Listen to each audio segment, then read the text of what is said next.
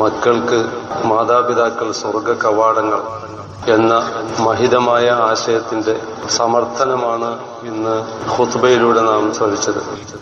മാതാപിതാക്കൾ തെരുവിലേക്ക് വലിച്ചെറിയപ്പെടുന്ന ഒരു ലോകത്ത് അനാദരിക്കപ്പെടുകയും അവഗണിക്കപ്പെടുകയും പീഡിപ്പിക്കപ്പെടുകയും ചെയ്യുന്ന ഒരു കാലഘട്ടത്തിൽ ഈ വിഷയകമായി പരിശുദ്ധമായ ഇസ്ലാമിന്റെ ഗൗരവതരമായ നിർദ്ദേശം എന്തൊക്കെയാണ് എന്ന് ഗ്രഹിക്കേണ്ടത് വളരെ അത്യാവശ്യമായ ഒരു കാര്യമാണ്.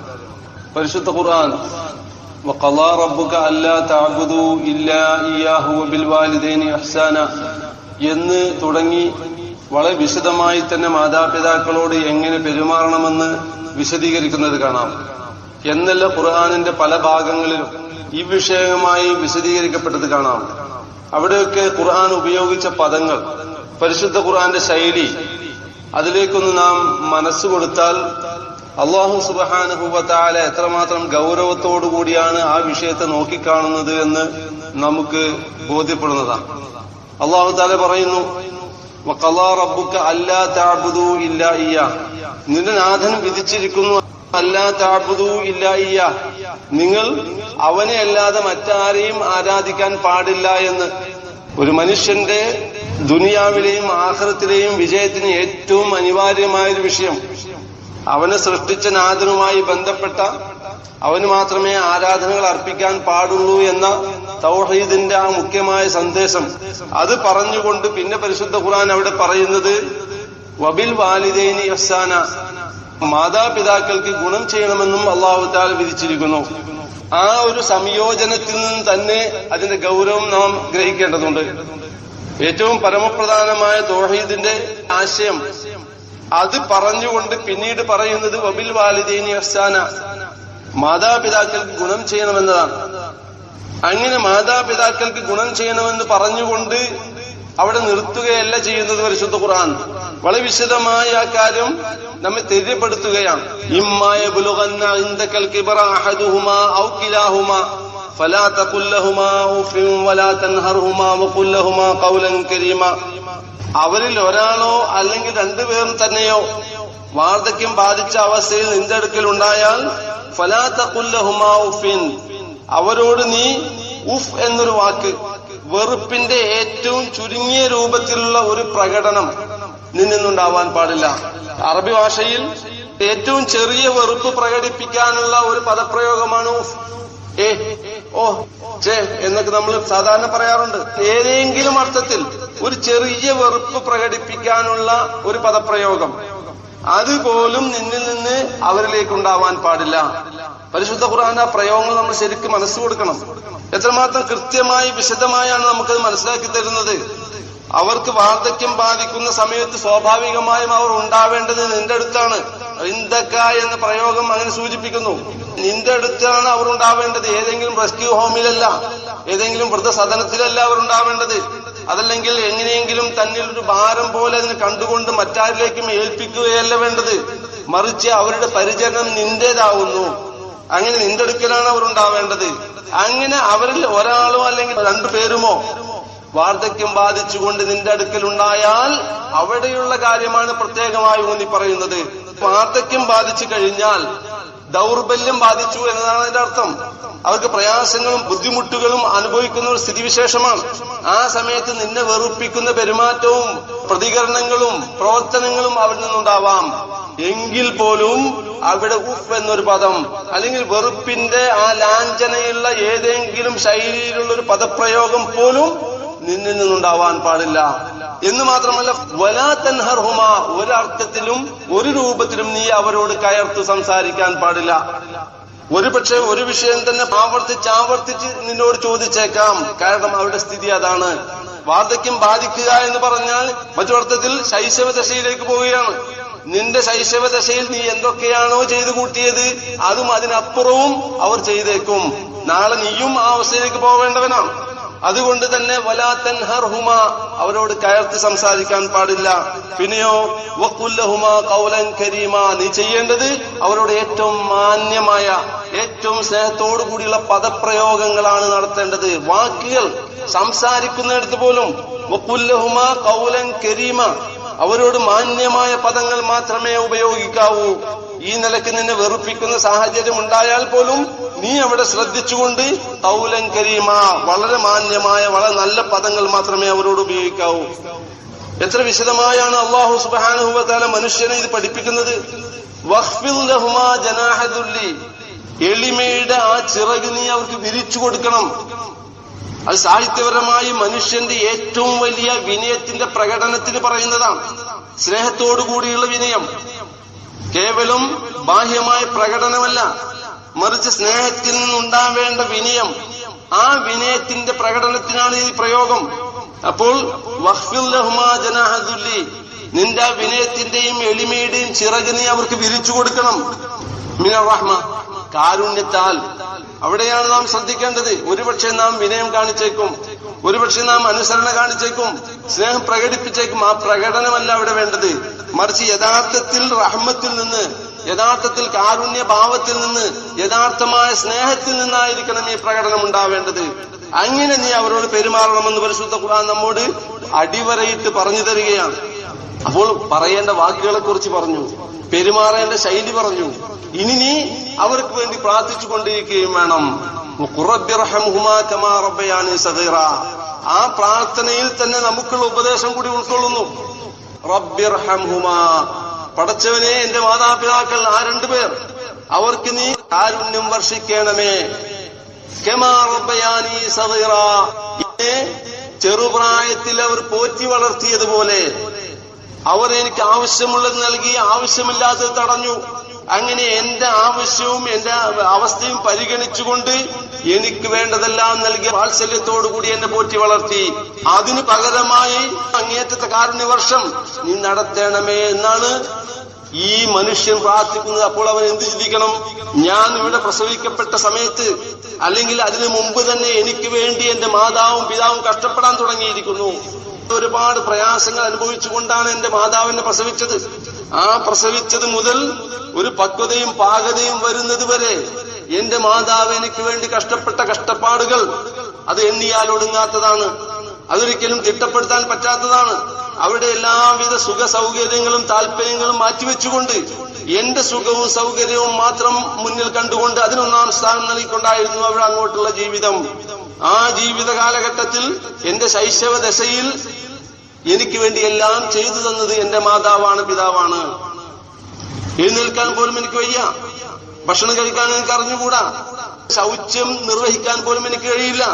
അങ്ങനെ മലമൂത്ര വിസർജനം നടക്കുമ്പോൾ, ഭക്ഷണത്തിന് ആവശ്യമുള്ളപ്പോൾ, മറ്റു കാര്യങ്ങൾ വേണ്ടി വരുമ്പോൾ എല്ലാം എന്റെ ആവശ്യകത മനസ്സിലാക്കി അതാത് സമയങ്ങളിൽ വേണ്ട പരിചരണം നൽകാൻ എന്റെ മാതാവ് വല്ലാതെ കഷ്ടപ്പെട്ടു. അതുമായി ബന്ധപ്പെട്ട് എന്റെ പിതാവ് ബുദ്ധിമുട്ടി. അതുകൊണ്ട് തന്നെ അവർ അങ്ങേറ്റത്തെ കാരുണ്യം അർഹിക്കുന്ന റബ്ബേ, എനിക്കത് നൽകാൻ കഴിയില്ല, നിനക്ക് മാത്രമേ ഇത് സാധിക്കൂ, നീ അവർക്ക് കാരുണ്യം വർഷിക്കണമേ. അവരുടെ ജീവിതകാലത്തും അവരുടെ മരണത്തിന് ശേഷവും അവർക്ക് വേണ്ടി നിരന്തരമായി മക്കൾ ഇത് ചെയ്തുകൊണ്ടിരിക്കണമെന്നാണ് പരിശുദ്ധ ഖുർആൻ ആ പദങ്ങൾ തന്നെ എടുത്തുദ്ധരിച്ചുകൊണ്ട് നമ്മോട് പറഞ്ഞു തരുന്നത്. എത്രമാത്രം കാരുണ്യഭാവത്തോടു കൂടിയാണ് നാം മാതാപിതാക്കളെ കാണേണ്ടത്. പക്ഷെ ഇന്നത്തെ അവസ്ഥ എന്താ? എവിടെയാണ് ഇന്നത്തെ സമൂഹം എത്തി നിൽക്കുന്നത്? ചെറിയ ചെറിയ പ്രശ്നങ്ങൾക്ക് പോലും മാതാപിതാക്കളോട് കയർത്ത് സംസാരിക്കുകയും അവരെ വെറുപ്പിക്കുകയും വേദനിപ്പിക്കുകയും കഷ്ടപ്പെടുത്തുകയും ചെയ്യുന്ന ഒരു അവസ്ഥയിലേക്ക് ഇന്നത്തെ സമൂഹം എത്തി നിൽക്കുന്നുവെങ്കിൽ ദുനിയാവിലും ആഖിറത്തിലും നമുക്ക് നാശം നാം തന്നെ തുടങ്ങി വെക്കുകയല്ലേ? അതും വലിയ നാശത്തിന്റെ വഴി എന്താണുള്ളത്? റബ്ബുക്കും അഅലമു ബിമാ ഫീ നുഫൂസിക്കും, വ്യക്തമായ താക്കീതാണ്. റബ്ബുക്കും, നിങ്ങളുടെ നാഥൻ, അഅലമു ബിമാ ഫീ നുഫൂസിക്കും, നിങ്ങളുടെ ഹൃദയത്തിൽ എന്താണുള്ളതെന്ന് വ്യക്തമായി അറിയുന്നവനാണ്. അതുകൊണ്ട് ആ മാതാപിതാക്കൾക്ക് നീ ഗുണം ചെയ്തു, അവരെ നീ പരിചരിച്ചു എന്നത് വരണമെങ്കിൽ നല്ല മനസ്സോടുകൂടി അത് ചെയ്തിരിക്കണം.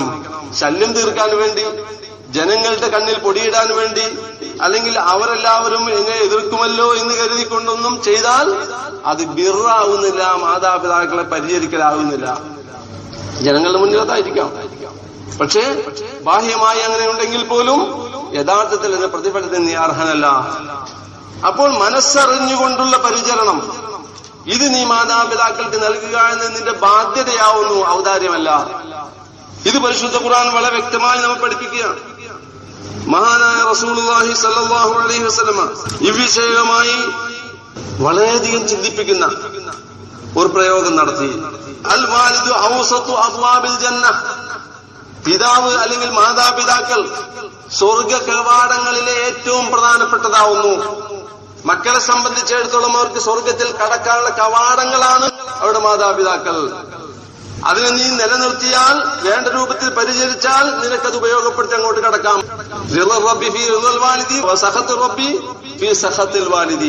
അള്ളാഹുവിന്റെ തൃപ്തി മാതാപിതാക്കളുടെ തൃപ്തിയിലാണ്. അള്ളാഹുവിന്റെ വെറുപ്പ് മാതാപിതാക്കളുടെ വെറുപ്പിലാണ്. ഇവിടെ മാതാപിതാക്കൾ മനസ്സിലാക്കേണ്ട ഒരു വിഷയമുണ്ട്. മാതാപിതാക്കൾ ഔസത്തു അബ്വാബിൽ ജന്ന എന്ന് പറഞ്ഞാൽ നിങ്ങളെ അനുസരിച്ചാൽ, നിങ്ങളെ അനുകരിച്ചാൽ അവർ സ്വർഗത്തിലേക്കായിരിക്കണം എത്തേണ്ടത്. നിങ്ങൾ സ്വർഗത്തിന്റെ കവാടങ്ങളാകാനുള്ള യോഗ്യത നേടിയിരിക്കണം. നിങ്ങളെ അനുകരിക്കുന്നത് മൂലം, നിങ്ങളെ അനുസരിക്കുന്നത് മൂലം അവർ സ്വർഗത്തിലേക്ക് എത്തണം. അപ്പോൾ നിങ്ങളിൽ നിന്ന് അവർ കണ്ടുപഠിക്കേണ്ടത്, നിങ്ങളിൽ നിന്ന് അവർ കേട്ടുപഠിക്കേണ്ടത്, നിങ്ങളിൽ നിന്ന് അവർ മനസ്സിലാക്കേണ്ടത് ആ രൂപത്തിലുള്ള കാര്യങ്ങളായിരിക്കണം.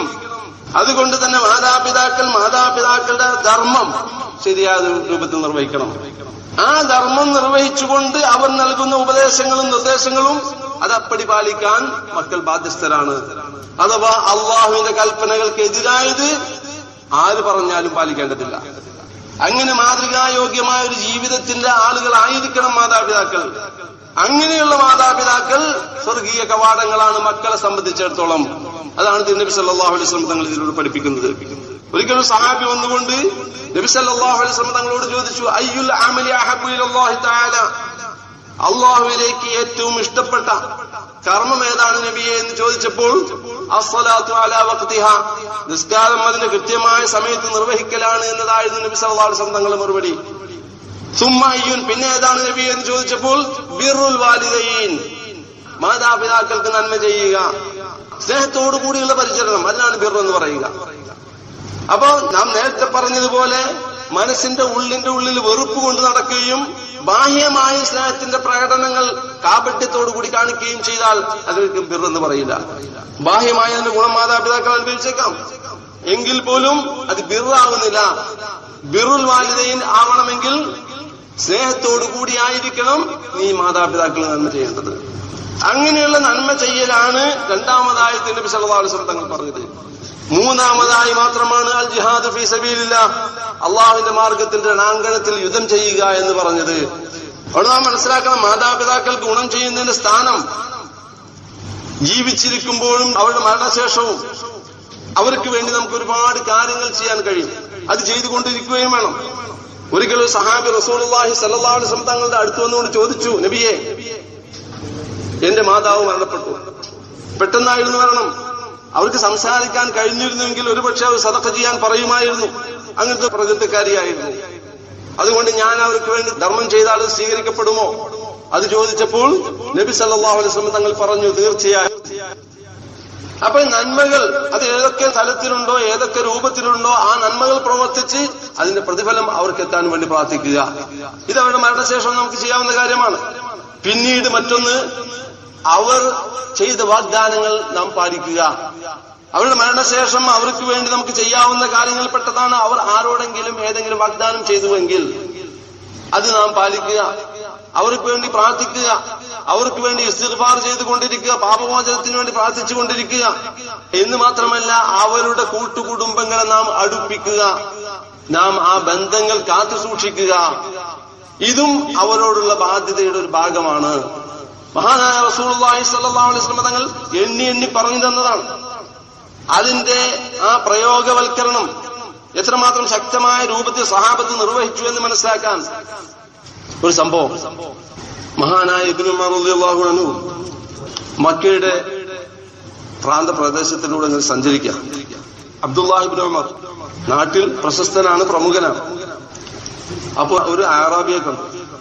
ഇങ്ങനെ ഒരു സാധാരണക്കാരനായ ഒരു അറാബി, ഒരു ഗ്രാമീണൻ, അദ്ദേഹത്തെ കണ്ടപ്പോൾ അങ്ങോട്ട് ചെന്ന് സലാം ചൊല്ലി. എന്നിട്ടോ താൻ സഞ്ചരിച്ചിരുന്ന തന്റെ വാഹനം അഥവാ കഴുത അതിന് അദ്ദേഹത്തിന് കൊടുത്തു. തന്റെ ആ തലപ്പാവ് എടുത്തുകൊണ്ട് അദ്ദേഹത്തിന് വെച്ചു കൊടുത്തു. ഒരു വലിയ ആദരിക്കൽ.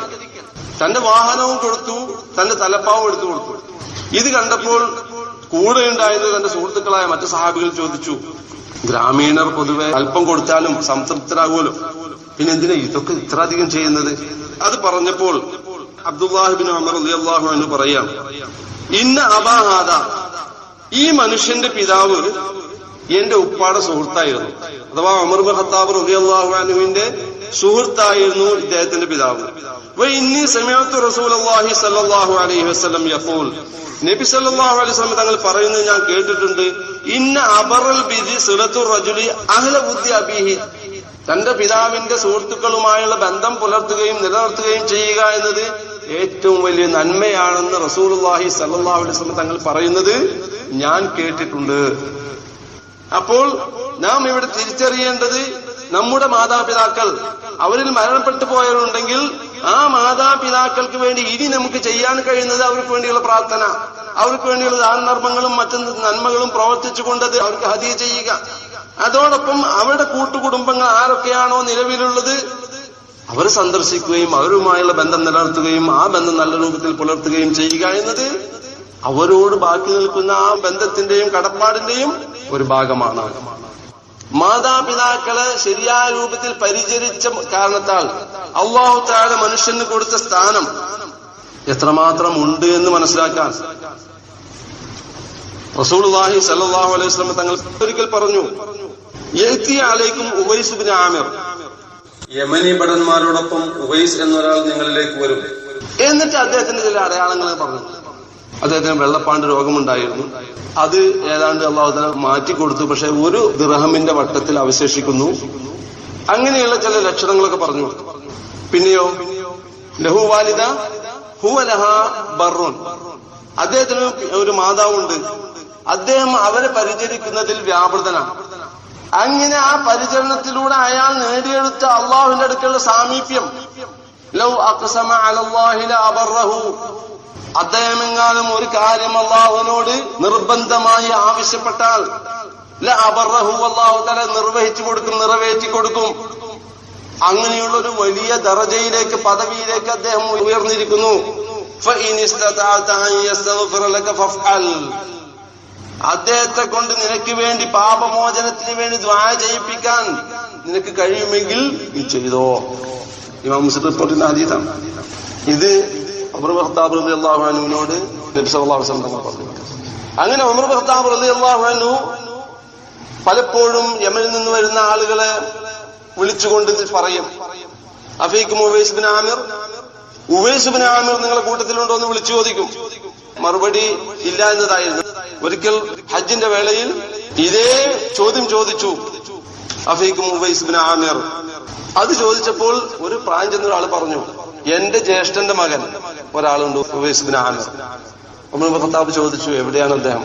അപ്പൊ പറഞ്ഞു, അറഫയിലുണ്ട്. അങ്ങനെ ഉമർ ഇബ്നു ഖത്താബ് റളിയല്ലാഹു അൻഹു ഭരണാധികാരിയാണ്, ഖലീഫയാണ്. തിരുനബി സല്ലല്ലാഹു അലൈഹി വസല്ലം തങ്ങൾ പറഞ്ഞ ഓർമ്മ വെച്ചുകൊണ്ട് അറഫയിലേക്ക് ഓടുകയാണ്. വാഹനപ്പുറത്ത് അറഫയിലേക്ക് യാത്ര ചെയ്യുകയാണ്. അലി ഇബ്നു അബീ ത്വാലിബ് റളിയല്ലാഹു അൻഹു കൂടെയുണ്ട്. അങ്ങനെ ചെന്നു. അവിടെ ചെന്ന് നോക്കുമ്പോൾ കുറെ ഒട്ടകങ്ങളുണ്ട്. ഈ യാത്രക്കാരുടെ ഒട്ടകങ്ങളാണ്. അതിനിടയ്ക്ക് നിന്ന് ഒരു മനുഷ്യൻ നിസ്കരിക്കുന്നു. അങ്ങനെ ചെന്ന് ഒരു സലാം ചൊല്ലി. നിസ്കാരം കഴിഞ്ഞു അദ്ദേഹം സലാം മടക്കി. നിങ്ങൾ ആരാണ്? അദ്ദേഹം പറഞ്ഞു, ഞാനിങ്ങനെ ഒട്ടകത്തെ മേയ്ക്കുന്ന ഒരാളാണ്. അതല്ല ഞാൻ ഉദ്ദേശിച്ചത്. നിങ്ങളുടെ പേരെന്താണ്? പറഞ്ഞു, എന്റെ പേര് അബ്ദുല്ലാ. അപ്പൊ ഉമർ ഇബ്നു ഖത്താബ് പറഞ്ഞു, ആകാശഭൂമികൾക്കിടയിലുള്ള എല്ലാ സൃഷ്ടികളും അബീദുള്ളയാണ്, എല്ലാം അള്ളാഹിന്റെ അടിമകളാണ്. അതല്ല ചോദിച്ചു, നിങ്ങളുടെ ഉമ്മ നിങ്ങളെ എന്ത് പേര് വിളിച്ചു? ജനങ്ങൾ പ്രശസ്തി വേണ്ടെന്ന് ആഗ്രഹിക്കുന്നവർ എത്രമാത്രം സൂക്ഷിച്ചുകൊണ്ടാണ് അവർ ജീവിക്കുന്നത്. ഇങ്ങനെ പേര് പറയുന്നിടത്ത് പോലും പരമാവധി മറച്ചു വെക്കാൻ ശ്രമിച്ചു. പക്ഷേ ചോദിക്കുന്നവൻ ചില്ലറക്കാരല്ലോ. അങ്ങനെ ചോദിച്ചു, പേര് പറഞ്ഞു, ഉവൈസാണ്. അപ്പോ ഉവൈസ് ഇബ്നു ആമിറാണെന്ന് ചോദിച്ചു, ഖറനിൽ നിന്നാണെന്ന് ചോദിച്ചു. അങ്ങനെ ഉറപ്പുവരുത്തി. അവസാനം ചോദിച്ചു, നിങ്ങൾക്ക് വെള്ളപ്പാണ്ട് രോഗം ഉണ്ടായിരുന്നോ? ഉണ്ട്. അത് മാറിയില്ലേ? മാറി. ഇടത് ചുമലിന്റെ ഭാഗത്ത് ഒരു ദിർഹമിന്റെ വട്ടത്തോളം അവശേഷിക്കുന്നോ? ഉണ്ട്. എങ്കിൽ അതൊന്ന് കാണണമെന്ന് പറഞ്ഞു. കാണിച്ചു കൊടുത്തു. കണ്ടപ്പോൾ മഹാനായ ഉമർ ഇബ്നു ഖത്താബ് റളിയല്ലാഹു അൻഹുവും അലി റളിയല്ലാഹു അൻഹുവും അവിടെ ചുംബിച്ചു. നബി സല്ലല്ലാഹു അലൈഹി വസല്ലം തങ്ങൾ പറഞ്ഞ ആ ഒരു വാക്കിന് അവർ കൊടുക്കുന്ന വില എത്രമാത്രമാണ്. സമൂഹത്തിനിടയിൽ അദ്ദേഹത്തിന് സ്ഥാനമില്ല. ലൗ അഖ്സമ അലല്ലാഹി ലഅബറ, ഒരു കാര്യം അള്ളാഹുവിനോട് നിർബന്ധിച്ച് ചോദിച്ചാൽ, സത്യം ചെയ്തുകൊണ്ട് ആവശ്യപ്പെട്ടാൽ അത് അള്ളാഹു തആല നിറവേറ്റി കൊടുക്കുക എന്ന വലിയ സ്ഥാനത്തേക്ക് ഉയർന്ന മഹാനാണ്. കാഴ്ചയിൽ ആരുമല്ല. ഏതായിരുന്നാലും അങ്ങനെ നബി സല്ലല്ലാഹു അലൈഹി വസല്ലം തങ്ങൾ പറഞ്ഞ സംഭവങ്ങൾ അദ്ദേഹത്തോട് പറഞ്ഞു കൊടുത്തു. ഇന്നാലിന്റെ രൂപത്തിൽ നബി സല്ലല്ലാഹു അലൈഹി വസല്ലം തങ്ങൾ പറഞ്ഞിട്ടുണ്ട്. എത്രമാത്രം ഇനിസ്തതാഅത അൻ യസ്തഗ്ഫിറ ലക ഫഫ്അൽ എന്ന് പറഞ്ഞു. അതുകൊണ്ട് ഫസ്തഗ്ഫിർലി, എനിക്ക് വേണ്ടി പൊറുക്കലിനെ തേടണം എന്ന് ആരാ പറയുന്നത്? ഒരു ഈഗോ അല്ല, ഒരു അഹംഭാവവും അല്ല. നാടിന്റെ ഖലീഫയാണ് ഇത്രമാത്രം താഴോട്ട് വരുന്നത്. അതാണ് യഥാർത്ഥത്തിൽ ക്വാളിറ്റി, അതാണ് യഥാർത്ഥത്തിൽ ഈമാന്റെ പ്രകാശം എന്ന് പറയുന്നത്. അങ്ങനെ പറഞ്ഞപ്പോൾ ഫസ്തഗ്ഫിറ, ആ മഹാനായ ഉമർ ഇബ്നു ഖത്താബ് റളിയല്ലാഹു അൻഹുവിന് വേണ്ടി, അതുപോലെ തന്നെ അലി ബിൻ അബി താലിബിന് വേണ്ടി അദ്ദേഹം പാപമോചനത്തിന് വേണ്ടി പ്രാർത്ഥിക്കാൻ. ഒരുപാട് ഘടകങ്ങൾ ഇതിൽ നാം പഠിക്കേണ്ടതുണ്ട്. ഇവിടെ അള്ളാഹുവിനോട് നേരിട്ട് നാം പൊറുക്കലിനെ തേടിക്കൊണ്ടിരിക്കണം. പക്ഷേ അതിനെതിരല്ല ഇത്. അതോടൊപ്പം തന്നെ അർഹരായ ആളുകളെ കൊണ്ട് നമുക്ക് വേണ്ടി അള്ളാഹുവിനോട് പ്രാർത്ഥിപ്പിക്കുക എന്നത് നബി സല്ലല്ലാഹു അലൈഹി വസല്ലം തങ്ങളോട് പഠിപ്പിച്ചു തരികയാണ്. അത് ആവശ്യമാണ്. അത് വിനയത്തിന്റെയും ഇസ്ലാമിന്റെ ആ ഏകതയുടെയും ഒക്കെ ലക്ഷണമാണ്. അങ്ങനെ പല ഘടകങ്ങളും. ഏതായിരുന്നാലും ലൗ അഖ്സമ അലല്ലാഹി ലാ ബറ എന്ന മഹത്തായ ആ അവസ്ഥയിലേക്ക്, ആ പദവിയിലേക്ക് ഈ മഹാനുഭാവൻ എത്തിയതിന്റെ ഒരു കാരണം മാതാവിന് നന്മ ചെയ്തു, ഗുണം ചെയ്തു, പരിചരിച്ചു എന്നതായിരുന്നു. നബി സല്ലല്ലാഹു അലൈഹി വസല്ലം തങ്ങൾ പറഞ്ഞു കൊടുത്തത് തന്നെ ബാഹ്യമായ തിരിച്ചറിയാൻ പറ്റുന്ന ചില ലക്ഷണങ്ങൾ. പിന്നീട് പറഞ്ഞത് ലഹു വാലിദ വ ബിഹാ ബർറുൻ എന്നത്. അപ്പോ അള്ളാഹുവിന്റെ അടുത്ത് സ്ഥാനം ലഭിക്കാൻ പ്രധാനപ്പെട്ട ഒരു കാരണമാണ് മാതാപിതാക്കൾക്ക് ഗുണം ചെയ്യുക, അവരെ പരിചരിക്കുക എന്നതിന് മറ്റൊരു തെളിവ് കൂടിയാണ്. നബി സല്ലല്ലാഹു അലൈഹി വസല്ലം തങ്ങളുടെ സംരക്ഷണം ഏറ്റെടുത്ത അബൂ താലിബിനെ നമുക്കറിയാം. ആ അബൂ താലിബിന്റെ ഭാര്യയായിരുന്നു ഫാത്തിമ ബിന്ത് അസദ്.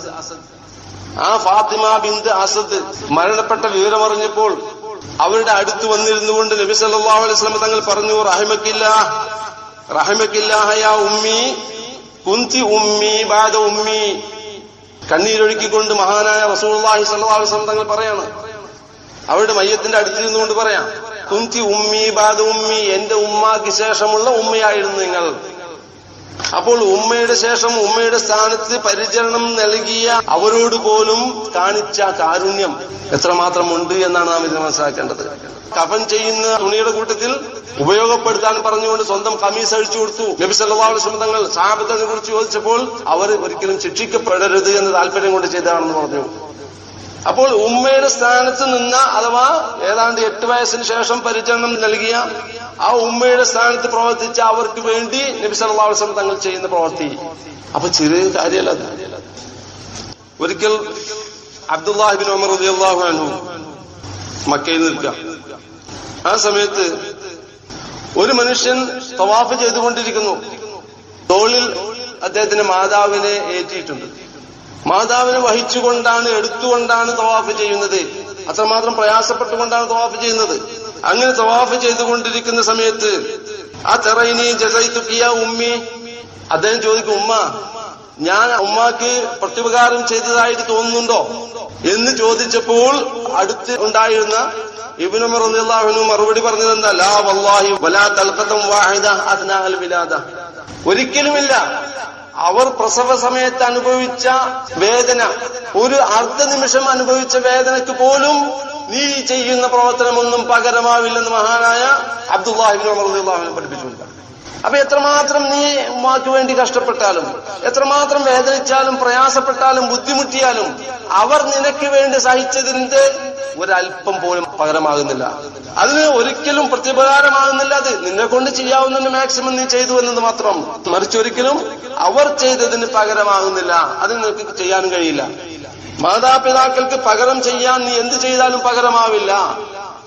അതുകൊണ്ട് തന്നെ നിനക്ക് ആ വിഷയത്തിൽ മാക്സിമം നിനക്ക് ചെയ്യാൻ പറ്റുന്നത് ചെയ്യുകയും അള്ളാഹുവിനോട് പകരമായിട്ട് വേണ്ടതൊക്കെ ചെയ്തു കൊടുക്കാൻ, അനുഗ്രഹം വർഷിക്കാൻ, റബ്ബി റഹ്മഹുമാ കമാ റബ്ബയാനി സഗീറാ എന്നിത്യാദിയുള്ള പ്രാർത്ഥനകൾ നിരന്തരമായി ചെയ്തുകൊണ്ടിരിക്കുക എന്നത് മാത്രമാണ് നിനക്ക് ചെയ്യാൻ കഴിയുന്നത്. ഇങ്ങനെ മാതാപിതാക്കളുടെ സ്ഥാനം മനസ്സിലാക്കി അവർക്ക് വേണ്ടി നിരന്തരമായി പ്രാർത്ഥിക്കുകയും അവർക്ക് വേണ്ടി ഖിദ്മത്ത് ചെയ്യുകയും അവരെ പരിചരിക്കുകയും ചെയ്യുക എന്നത് നമ്മുടെ ബാധ്യതയാണ്, ഒരിക്കലും ഔദാര്യമല്ല. പലപ്പോഴും സൗകര്യങ്ങളുണ്ടായാൽ, സമ്പത്തുണ്ടായാൽ വീട് നിർമ്മിക്കുന്നു. മൂത്തവൻ പോയി ഒരു വീട് നിർമ്മിച്ച്, മറ്റുള്ളവൻ പോയി വേറൊരു വീട് നിർമ്മിച്ച് അവരവരുടെ സൗകര്യത്തിന് ആവശ്യമുള്ളതെല്ലാം അവർ ചെയ്തു. അവസാനം ഈ വാപ്പയും ഉമ്മയും ആ പഴയ വീട്ടിൽ അവശേഷിക്കുന്നു. അവരുടെ വീട്ടിലേക്ക് ഒരു ഗസ്റ്റിനെ പോലെ ഇവർ ക്ഷണിക്കപ്പെടുന്നു. നിനക്ക് ന്യായീകരണങ്ങൾ ഉണ്ടാവാം. പക്ഷെ നീ മനസ്സിലാക്കേണ്ടത് അവരുടെ മനസ്സാണ്. അവരുടെ മനസ്സിന് തൃപ്തിയും സന്തോഷവുമുള്ള രൂപത്തിലായിരിക്കണം നീ പെരുമാറേണ്ടത്.